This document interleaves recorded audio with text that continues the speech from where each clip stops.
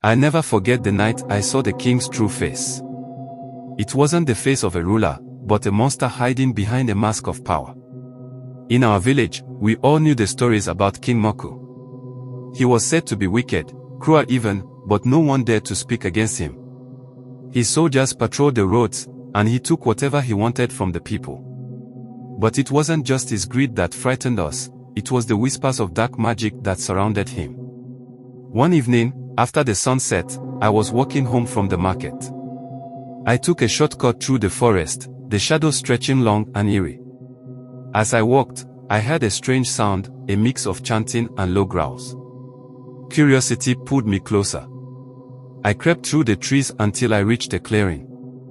There, in the moonlight, stood King Moku, surrounded by his advisors. They were gathered around a fire, their faces lit with an unnatural glow. At the center of the circle lay a bound figure, a man from our village. The king's voice boomed, and I could see his eyes gleaming with a wild light. "Tonight, we take what is ours," he declared, and the advisors chanted in agreement. I felt my heart race.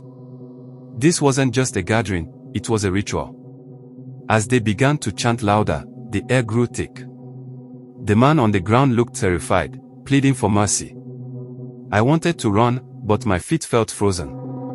Moku raised his arms, and suddenly, the fire blazed higher.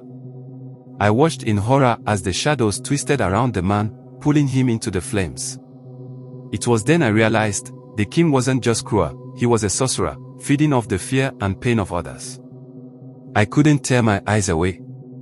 The man screamed, and I could feel the ground shake beneath me. The forest was alive with a sinister energy.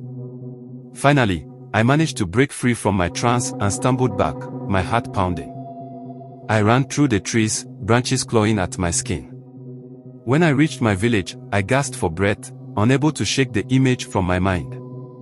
I told the elders what I saw, but they dismissed me. "Moku is a king. He wouldn't harm his own people," they said. But I knew what I had witnessed. Weeks passed, and the fear in our village grew. People began to disappear, one by one. Rumors spread that the king demanded sacrifices to keep his power. I watched friends vanish, and no one dared to speak out. I still hear the chanting in my nightmares. Even now, when the wind howls through the trees, I can't help but feel he's still watching, still hungry for more souls. King Moku may wear a crown, but beneath it, he is a true monster. And I fear one day, he'll come for me too.